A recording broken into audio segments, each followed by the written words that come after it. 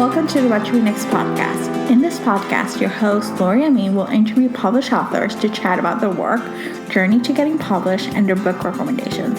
If you share a passion for books and always looking for your next read, then join us. Welcome to the What to Read Next podcast. Today's guest is Jay Daniels. Jay is one of my autobiography romance authors. I absolutely adore her Alabama series and Sweet Addiction series, which are great series to binge on. There's plenty of steam, plenty of romance, plenty of drama, and it's so good. Her latest series, Dirty Deeds, released his latest book, which is Down Too Deep, which was so good. It was a 5-star read for me. So if you want to pick a really good book about single-parent trope, lots of steam, lots of romance, and a little bit of slow burn, pick Down Too Deep. In this episode, we chat about her writing process, her journey to publishing, and finally a round of book recommendations. Now let's get to the show. Hi, Jay. Welcome to What to Read Next podcast. Hi, Laura. How are you? Good. Tell us a little bit about yourself.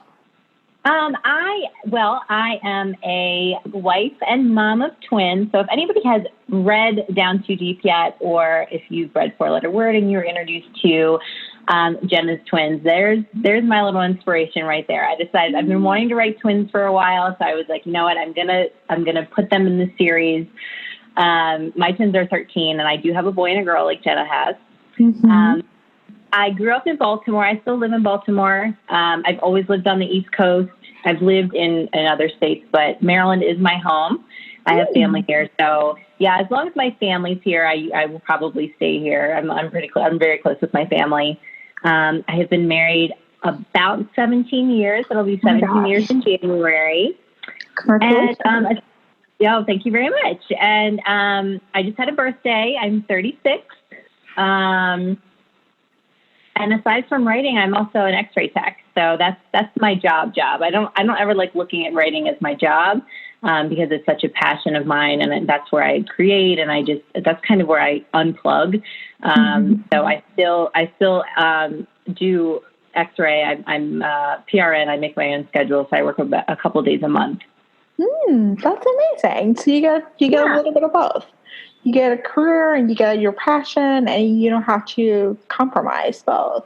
Exactly. Yeah, exactly. And I still enjoy X-ray. Like, when I got more into writing full time and after I published, I had been working full time. And so I cut back my hours. But I would never want to stop doing that. I still really enjoy doing that. And so it's nice to also have that break. And go do X-ray, and then when I come back to writing, I'm like, oh, I missed this. Yes, the heart grows fonder. Yeah, exactly. That's awesome. So, what inspired you to become a writer?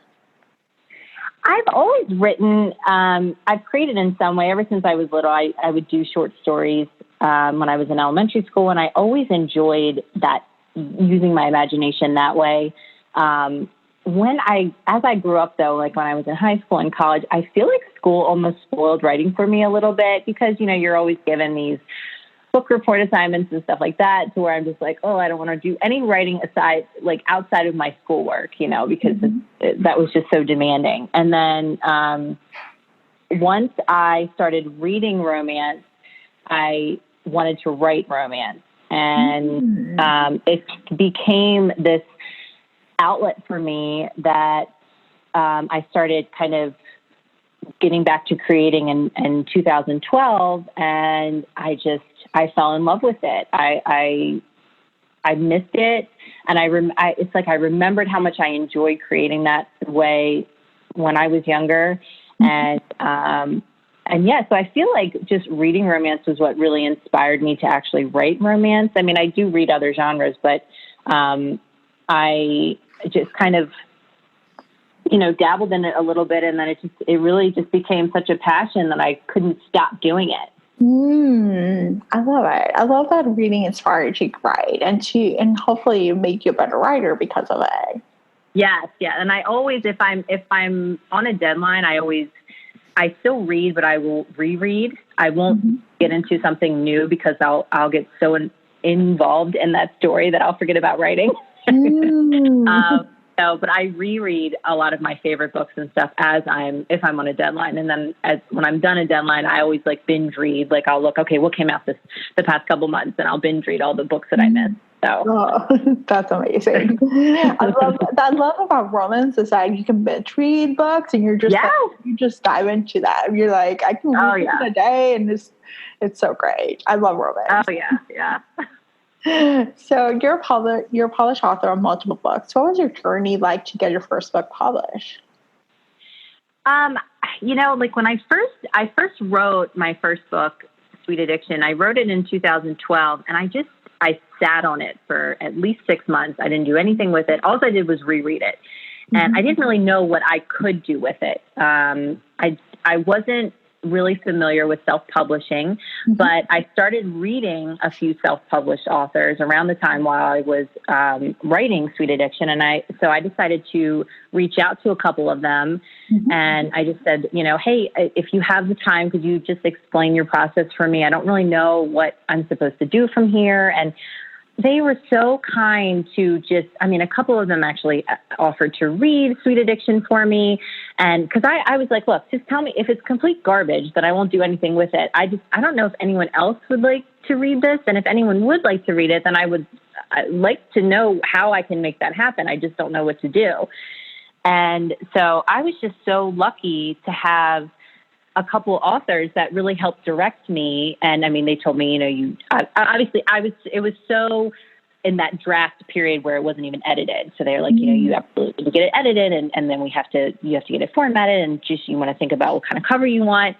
And, it probably took close to a year to kind of get everything perfect in the way I really wanted it before. And then I think I still hesitated a good month before I published it in May of 2014. I was just like, I was so nervous. I was just like, I don't know what I want to do. I don't know if I want to do this. And, what if everyone hates it? And then I just decided, you know what, I enjoy this story so much, and I love these characters so much. And if just one other person wants to read this and enjoys it, then that's why I'm putting this out there. And I published, and I remember, I'll never forget it. I had 8 people download my book on the day I hit publish. And there's 8 people. I was so excited and just the happiest. I was just floating on a cloud. I just wanted to find them and hug them and thank them for reading it. And I feel like now that's why I'll occasionally get emails or private messages from writers, and they're like, I just wrote my first book and I don't really know what to do. And I try so hard to make sure I find those messages and respond, because that was such, that was something that I had, and if I wouldn't have had that, I don't know where I would be. I would not be here. So I'm so grateful for the authors that took the time to help me, that I'm always like, yeah, let me tell you what you need to do. And that's really kind of how it all started. And once I put that book out there, then it was like, then people were like, oh my gosh, you have to continue. Like, what else happens? What's going on now? You have to do another one. So then I was like, well, now I guess I have to keep writing. So. Yeah. I think that's the thing about romance is once you have a book, you're like, where's this next book in the series? You just right. Yeah. I hadn't even considered continuing on with that series. I was like, I ended it it was a happily ever after, and then I was like, okay, wait a minute, so what else could I possibly do with this group of people that I love so much now? They're like family to me. Let me see what else I can do, and so a lot of stuff that I write now, I feel like is a lot of demand from my readers. They're like, please give so and so a book, and I'm like, and then I'll consider it. And I'm like, you know what? Yeah, I think I will give them a book. Yeah. I love it. Yeah, I've been reading your books, and it's like, I think I discovered you in 2016, and I binge read pretty much everything that you had, and I was like, what's the next book? And so the Dirty Years came up, and it was like, I had to wait a year. I was like, why do I have to wait a year for this book? But I'm glad that you're a prolific writer, and you definitely publish great books. Oh, thank you so much. So do you follow an outline, or do you see where the story leads you? I do a little bit of both. I loosely outline, so I don't really outline chapter by chapter. I can't do that because I don't really know where the story is going to take me. But what I will do is, if there's something important that I need to remember, my memory is terrible. So I write everything down that, if something if I need something to happen later on in the story, or if I need, or something that's going to happen is due to this one thing that I mentioned, I make sure I write all that stuff down. That way I don't forget it. And I have notebooks for all of that. I have big notebooks for like each of my series. And then I'll have like smaller notebooks that I have like, that's more for each book. And I will have like quotes in there. If I think of a certain dialogue, a line that I really want, so-and-so to say, and I don't want to forget it, I'll put that in there, or just really something important that I really need to remember towards the end of the story. Or I might say, make sure, to make sure you bring this back up because this is an issue or whatever. So yeah, I'm not really strict with my outline because I can't tell you how many stories I've started to where, I'll think it's going one way. And then halfway through the story, I'm like, wow, I was not expecting to be here. So I really let the characters lead me as much as I'm leading them. And, which makes it very exciting. And for me, because I really don't know, like, it's like, I know how they're going to end, but I have no idea how we're going to get there. So I love it. I think it makes it unique, the whole process. It helps you uncover. And as a reader, it's an exciting process because we know there's moments that is going to be happily ever after or happily for now, but you just don't know what the process, what the angst, what the communications and miscommunications, all these different pieces that come together in the story. And that's where we go back and keep reading that. Yeah. Do you share your work along the way, or do you wait until it's complete for others to read? It depends. And it's funny because with my Dirty Deeds series, I wrote them completely. Like I finished the books and then I would have somebody read it. But with all my other series, I have had one person in particular she's been with me from the beginning. She read Sweet Addiction and then messaged me, and she has just been my go-to since then. And it's like she knows my characters almost as much as I do. And so with my Alabama series and with my Sweet Addiction series, she actually reads them chapter by chapter, or like I'll send her like 3 chapters together or something like that. And I get her feedback along the way. And she has been so helpful in terms of even like small details that I will, like, let's say this character has had blue eyes the entire book. And then for some reason in one chapter, I decide to say he has green eyes. And she's like, wait a minute. And then I'm like, oh my gosh, you're so right. Yes. Like, just little things like that she picks up that I completely, because I'm so into what's happening in the story that I'll overlook. So, but for some reason, when I started writing 4-letter word, I think I wanted to surprise her, because this series is written very different from my other 2. And so I wanted her to experience it completed and almost like solely as just like a reader for me. And so I did that with 4-letter word. And then because I did it with 4-letter word, I just stuck with it for the rest of the series. And we joke about, when I talk to her now, we joke about how I don't know why I do that with that series and not with my other ones. Because it's very comforting for me to share with her chapter by chapter and stuff. Like she's like my little motivator and she encourages me and stuff. Cause I do have those moments where I'm like, this is complete trash. I just want to scrap everything. And she's like, wait a minute, So yeah, it really depends on what book I'm writing. And I think that as I write more and as I put out some standalones, I'm probably going to have her guiding me and with me through it, but I'll just have to see. Yeah. I don't know. Like, when I write more of like the Alabama series, she'll be with me with that one. I feel like she's living in that land with me almost. I love it. And I'm loving the mention of the Alabama series. So there might be some future books in that series. Oh, the last book in that series is the book I'm working on right now. And it's, I know, I hate actually saying it's the last book in that series, but when I also throw in the fact that, once I complete the series, then I will move on to the kids getting their series. And everybody has been pushing for Nolan and for all my little, children in that series to grow up and actually have their own stories. And they are, but I have to finish the adults first. You know what I mean? I have to finish all the parents first. So, so I'm working on the last book in that series now. And once that's out, then I can kind of get into the kids books, and just I'm very excited for those. Yeah. Oh, I'm excited. I'm excited for a spinoff. Those are Yeah.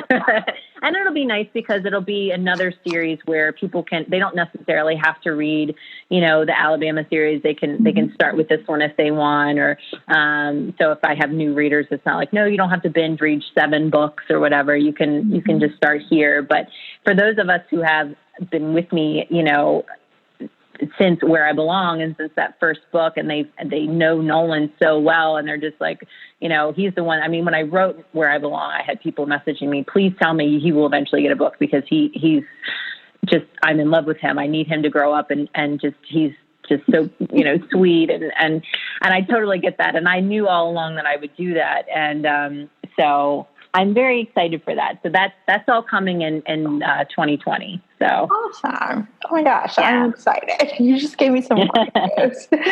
So let's talk about the Dirty Beast series. What was the source of inspiration for this series? The whole actual inspiration for 4-letter word was, I had a dream about a hero being involved in porn, but he had like a reason to do it. It wasn't just like, oh, he's a porn star because he wants to be a porn star. And the dream was so vague that I didn't know why he was doing porn. I just knew he was doing it, and he felt he had this guilt he was carrying around with him.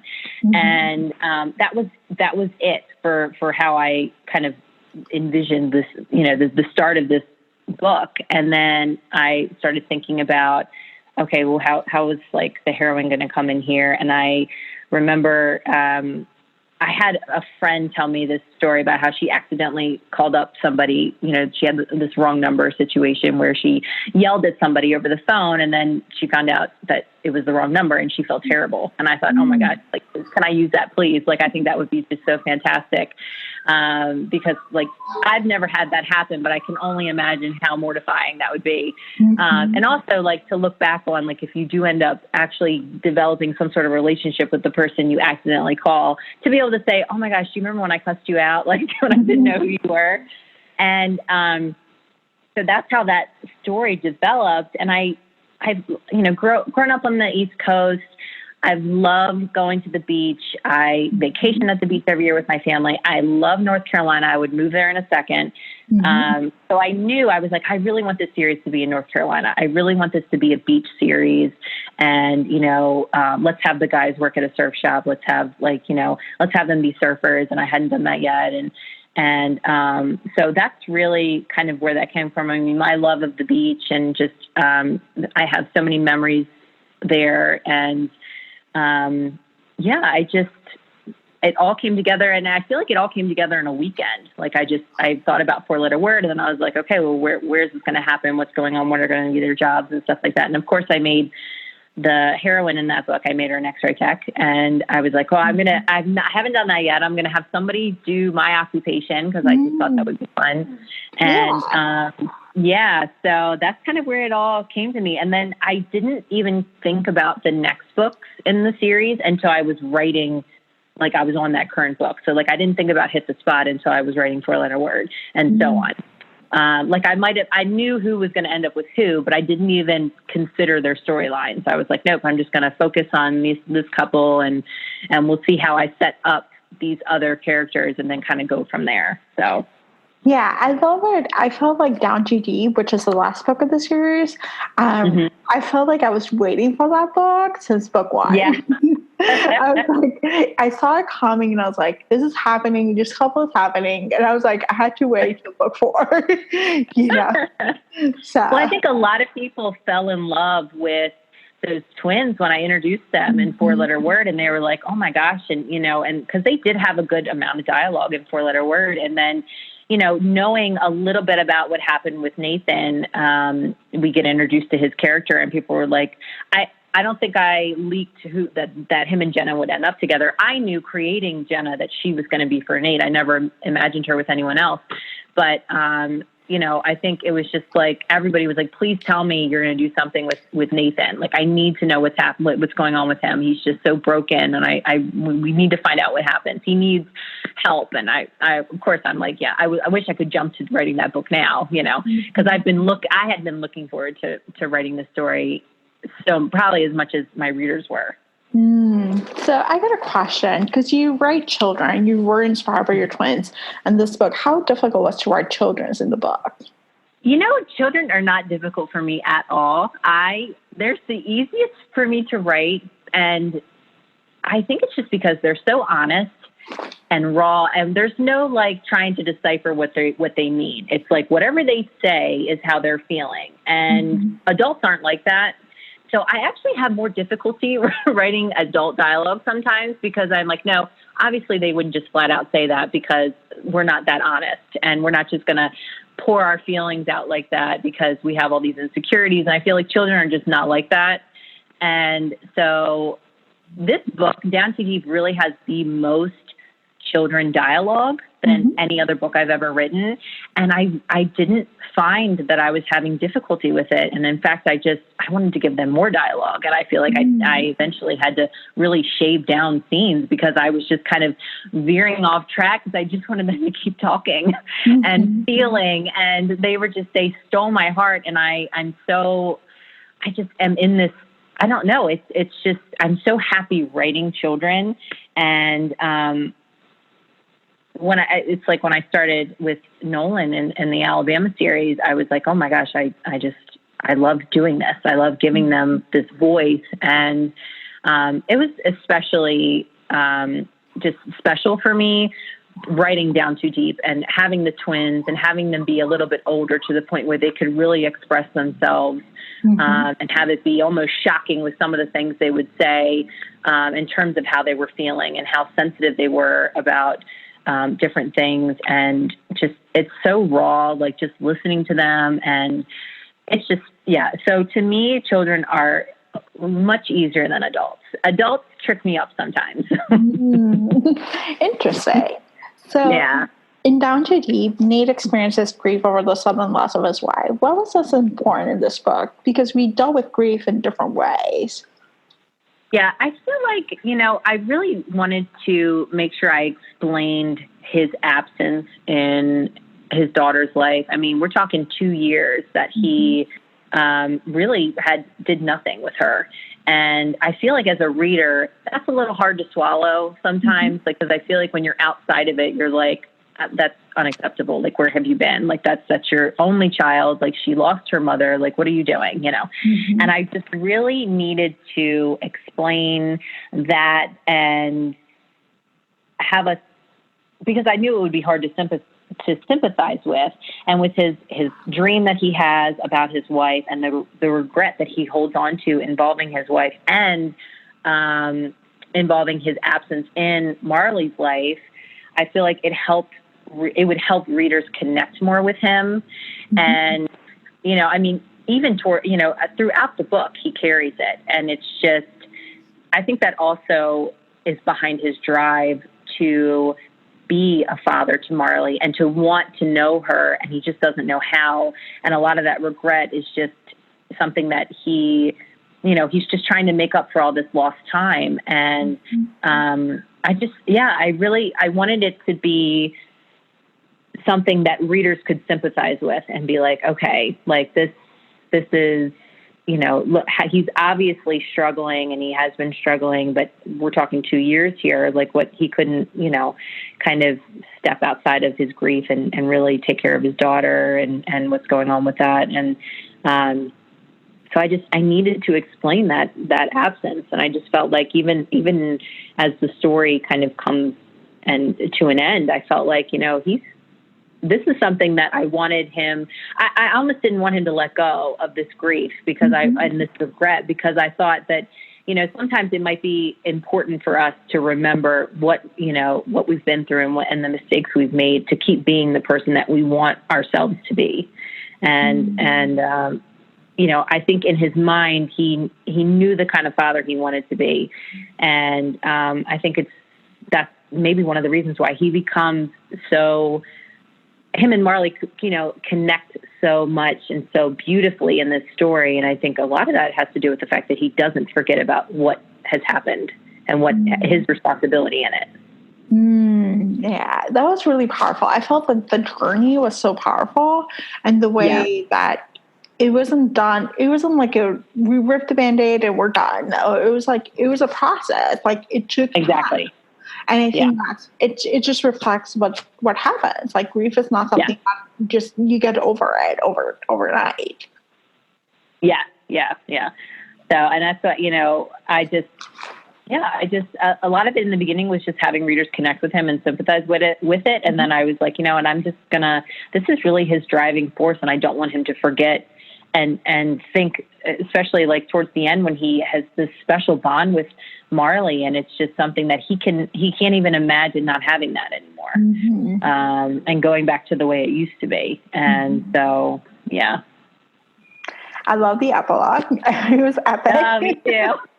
So, I love it. I love that we got to see things from Four Letter Word into this book. So I really love this book. I give it 5 stars. Thank you. Thank you so much. It was sad. It's sad to think that this was my end, that this is, I was saying goodbye to these characters, but I felt this book was just such a different experience writing this story than the previous 3. And it was so, so special to me that I'm so happy that we waited for Nate and Jenna's story for the 4th and final book, because I can't imagine it ending any other way.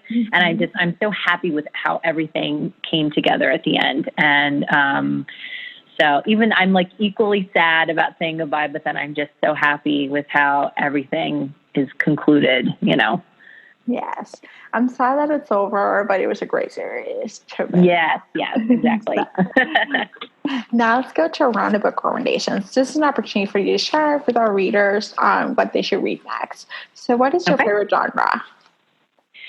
I have 2. I'm a big fantasy reader, and I was actually reading fantasy before I got into romance, and I still love fantasy. And so it would be fantasy and romance for me. And I love when the 2 come together. That's like my sweet spot.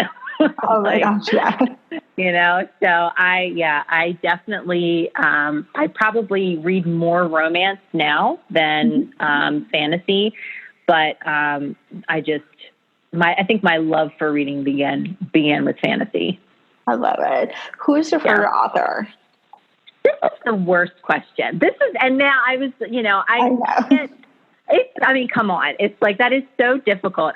But I feel like if I have to narrow it down to one author, because one of my all-time favorite series, and it's probably the top series for me, and it's one I recommend to people who enjoy fantasy, is the Infernal Devices series by Cassandra Clare. So I'm going to say that she is my favorite author for that reason. I have reread that series so many times, and other series by her. And so that is who I don't think it's possible for me to actually pick a favorite romance author. I think I would have to give you top 5. So I'm just going to go with fantasy, and that's who I'm going to say. Okay. I love it. What are your top 3 favorite books of all time? Okay, so the Infernal Devices series, which is, I understand that is 3 books itself, but I'm just going to say that one because I can't leave that out of that category, because it's so special to me. And 6 of Crows is probably top 3 books for me. And then in terms of romance, I feel like Archer's Voice by Mia Sheridan. It's one that I will go back. I probably have not reread it as much as I've reread some other romance books. However, it's so special to me and different. And every time I do read it, I almost feel like I'm reading it for the first time. And I have so much love for that book that I feel like is definitely way up at the top for me. And it's one that I would recommend to someone who, it's one of the first books that comes to mind when people ask me for a book recommendation. And most people have read it by now, but I'm always happy if I find someone who hasn't read it, because I'm like, oh my gosh, let me hand you my copy. So I have not read it. I actually own the Kindle version. So no. You need to do that. Before the end of the year, you have got to read it. Yeah. It's beautiful. It's beautifully written. It's such an amazing story. Yeah. I love it. Yeah, I'll put it in my TBR. It's going to be for next month. So what has been a book that you read this year that you love? So The books that I've read this year and loved, because I've been on such crazy deadlines this year, they were books that I think came out. I know one for sure came out in 2018, and I'm not sure. I have another one that I'm not sure when that came out. The Chase by Elle Kennedy, I'm 99% sure that came out in 2018, but I did not read it until this year. Okay. It was on my Kindle waiting for me, but I was not allowed to open it because I knew I love her stories, and I tend to just forget about life in general when I'm reading her. So I knew I would forget about my book and never finish that deadline. So that one I love, and I'm really enjoying that series. She just had the latest one released this week. And again, I'm waiting to read it. And then I picked up The Slam by Haley, I think it's Lovell. I'm not really sure how you say her last name. I don't know when this book came out. I want to say it was a couple years ago, but I really enjoyed that story. And it just popped up as like a recommendation for me on Amazon. And I read the blurb and I was like, you know what, I'm going to go for it. And I really, really love that story. So those would be two that if you haven't read yet, I would definitely recommend. But if you're like me, you're going to be reading them late anyway. So so I read The Chase last year. I got the play, so I'm waiting to read it. I haven't read the other books, but I'm like, I want to savor it. So it's so good. But I'm going to check out the other book. Like, that actually looks like a good book to read. Yes, definitely look into that one. I really enjoyed the writing style. It's funny. I tend to like a little, some humor in my romance and novels, and I'm a big rom-com person. So, I mean, I like emotional reads also, but life can be a little emotional. So I like to do rom-com more. Yeah. I love it. Yeah. So tell us where we can find you online. So best bet is just to follow my website, authorjdaniels.com. There you can find, you can send me messages on there. You can find links to where I am on social media, Instagram. My favorite social media platform is Instagram. I tend to be on there the most, and that's at authorjdaniels. So pop on there and say hi to me. I'll say hi to you. Yeah, definitely reach out if you've read me or if you want to read me. I love hearing from my readers. It's my absolute favorite thing. And I promise I will try to get to every single message I receive. I really, really do. I set aside my nights for that. So I love it. Thank you, Jay, for being on the show. Thank you so much. I really, really had a great time. Thank you, Jay, for a great interview. For show notes and the list of books mentioned in this podcast, please visit wheretoreadnextblog.com. Thank you so much for listening. I hope you have a great day.